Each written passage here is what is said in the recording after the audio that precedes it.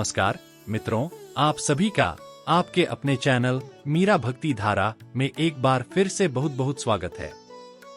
कामना करते हैं कि प्रभु श्री हनुमान जी और परम पूज्य गुरुदेव बाबा नीम करोली महाराज जी आप सभी भक्तजनों पर असीम कृपा सदैव बनाए रखें।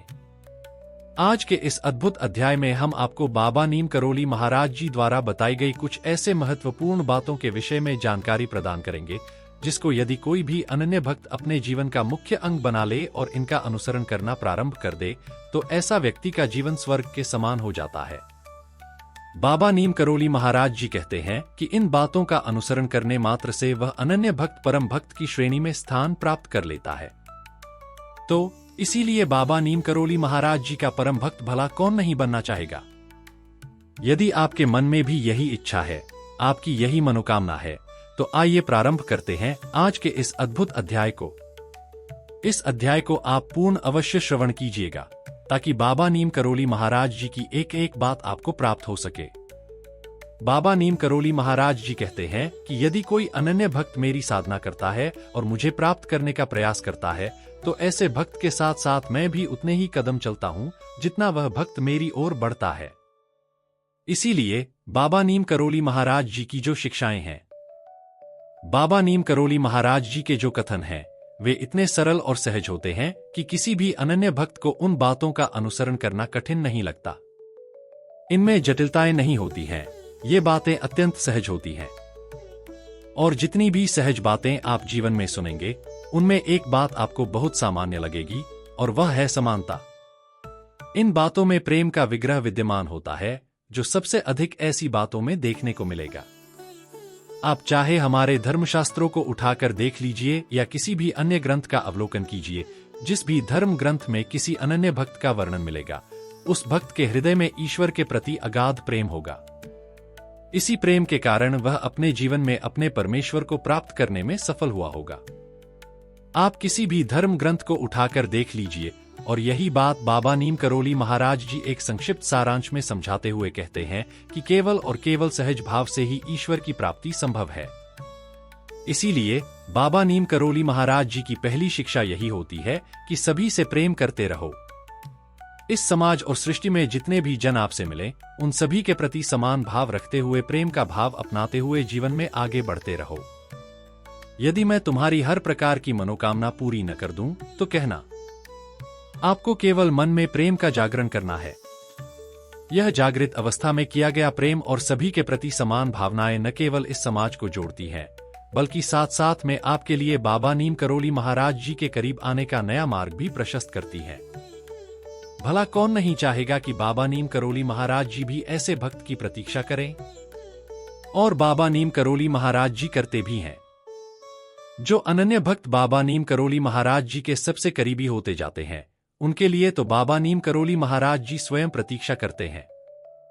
तो पहली शिक्षा के अंतर्गत बाबा नीम करोली महाराज जी कहते हैं कि सभी से प्रेम करना सीखो। जिस दिन आप इस समाज में हर व्यक्ति से प्रेम करना सीख जाएंगे तब देखना यह समाज, यह दुनिया, यह सारा ब्रह्मांड आपके लिए बहुत सहज हो जाएगा। जटिलताएं आपको देखने को नहीं मिलेंगी।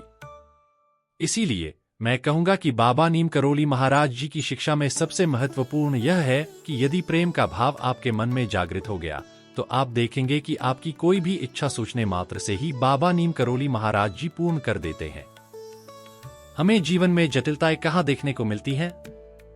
जब हम बहुत इच्छा करते हैं, किसी चीज के प्रति बहुत लगाव करते हैं और जीवन में बहुत प्रयासों के बाद भी जब वह हमें नहीं मिल रही होती तो हम दोष केवल ईश्वर पर मढ़ देते हैं। और यही हमारी सबसे बड़ी भूल होती है, क्योंकि उस वस्तु को प्राप्त करने के लिए, आपकी मनोकामना को पूर्ण करने के लिए जो जागरण आपके मन में होना चाहिए था, जो ऊर्जा की जागृति आपके अंतरात्मा में होनी चाहिए थी, वह जागृति आपने उत्पन्न की ही नहीं। बल्कि मैं तो यह कहूंगा कि आप उस ऊर्जा को स्पर्श करने में भी सक्षम नहीं हो पाए। इसी कारण आपकी मनोकामनाएं अधूरी रह जाती हैं। यह एक महान रहस्य है, एक अत्यंत गूढ़ रहस्य जिसे सरल शब्दों में समझाने का प्रयास कर रहा हूं। यदि यह बात आपके मस्तिष्क में गहराई से बस जाती है तो संसार की कोई भी शक्ति आपको पराजित नहीं कर सकती। चाहे जो भी मन में विचार कर लीजिए वह क्षण मात्र में आपका हो जाएगा। यही शिक्षा महाराज जी प्रदान करते हैं। क्योंकि प्रेम के बंधन में जब एक बार कोई वस्तु आ जाती है तो वह केवल और केवल आपकी होती है, कोई भी उस वस्तु को आपसे छीन नहीं सकता। इसलिए महाराज जी की पहली सीख को सदा स्मरण रखें। आपके मन में यह भाव होना चाहिए कि चाहे कुछ भी हो जाए, इस समाज से प्रेम करना नहीं छोड़ेंगे। प्रत्येक व्यक्ति से समान रूप से प्रेम करते हुए आपका भाव सबके लिए एक समान होना चाहिए। तब आप देखेंगे कि आपकी संपूर्ण दुनिया परिवर्तित हो जाएगी। आइए अब महाराज जी की अगली शिक्षा पर चर्चा करते हैं। महाराज जी कहते हैं कि जिस भाव से तू इस सृष्टि को देखता है, बहुत ही रेखांकित करने वाली बात आज के अध्याय में मैंने शामिल की है। बहुत ही ध्यान से आप इस बात को सुनिए। महाराज जी कहते हैं कि जिस दृष्टि और जिस दृष्टिकोण से तू इस समाज को देखता है, वही दृष्टिकोण तेरे लिए संसार को वैसा ही हो जाता है। अब यह बात है कि आपके मन में किस भाव से आप इस समाज को, इस संसार को और इस ब्रह्मांड की समस्त सुंदरता को देखते हैं, उसी प्रकार आपकी दृष्टि, आपके विचार, आपके जीवन में आने वाली घटनाएं, आपकी वाणी और स्वभाव भी उसी प्रकार के हो जाते हैं। इसलिए महाराज जी एक बात कहते हैं, जैसी दृष्टि वैसी सृष्टि। यह एक अत्यंत महत्वपूर्ण बात है।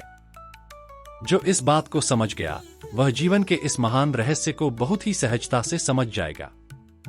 अर्थात जैसे आपके विचार होते हैं, जिस प्रकार से आप इस समाज को देखता आ रहा है, जैसे समाज के प्रति आपके अंतर्मन में भावनाएं हैं, वैसा ही यह संसार आपके लिए बन जाता है।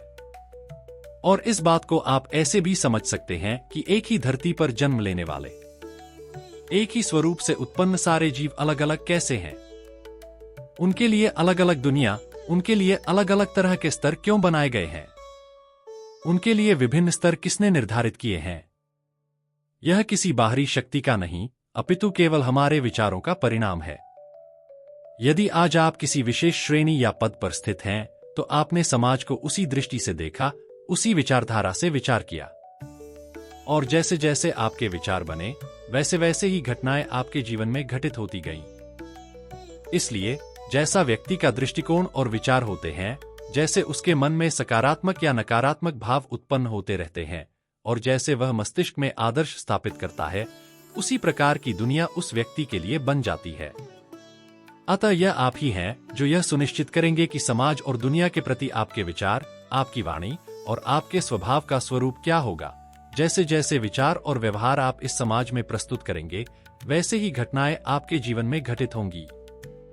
अब यदि आप इस बात को इस तरह से समझते हैं कि महाराज जी की शिक्षा के अनुरूप यदि मैं अपने जीवन में स्थापित कर लें, तो कोई भी शक्ति ऐसी नहीं है जो आपके जीवन में दुख, कठिनाई या परेशानी को आकर्षित कर सके। आप क्या आकर्षित करेंगे? आप आकर्षित करेंगे महाराज जी की भक्ति, आप आकर्षित करेंगे अध्यात्म, आप आकर्षित करेंगे ईश्वर की वह सभी कामनाएं जो आप ईश्वर से प्राप्त करना चाहते हैं। और इस आकर्षण में सबसे अद्भुत एक चमत्कार यह होगा कि आपके जीवन में केवल और केवल पूजनीय बाबा नीम करोली महाराज जी का मार्गदर्शन ही मिलेगा। जिस अनन्य भक्त को महाराज जी का मार्गदर्शन प्राप्त होना प्रारंभ हो जाता है, उस भक्त का कल्याण भी बाबा नीम करोली महाराज जी के करकमलों से निश्चित रूप से होता है।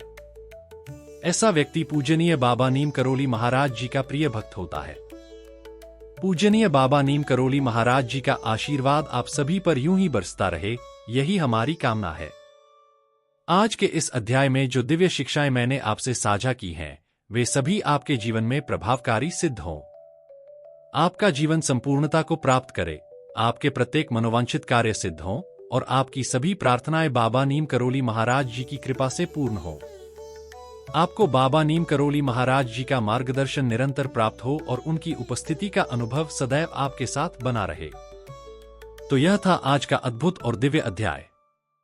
आशा करता हूं कि यह अध्याय आप सभी के लिए अत्यधिक लाभकारी हो और आज के अध्याय के माध्यम से अवश्य ही आप कुछ सीख पाए होंगे।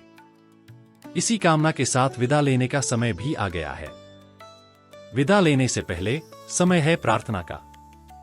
यही प्रार्थना करना चाहूंगा कि बाबा नीम करोली महाराज जी सभी को सन्मति और सद्बुद्धि की प्राप्ति कराएं।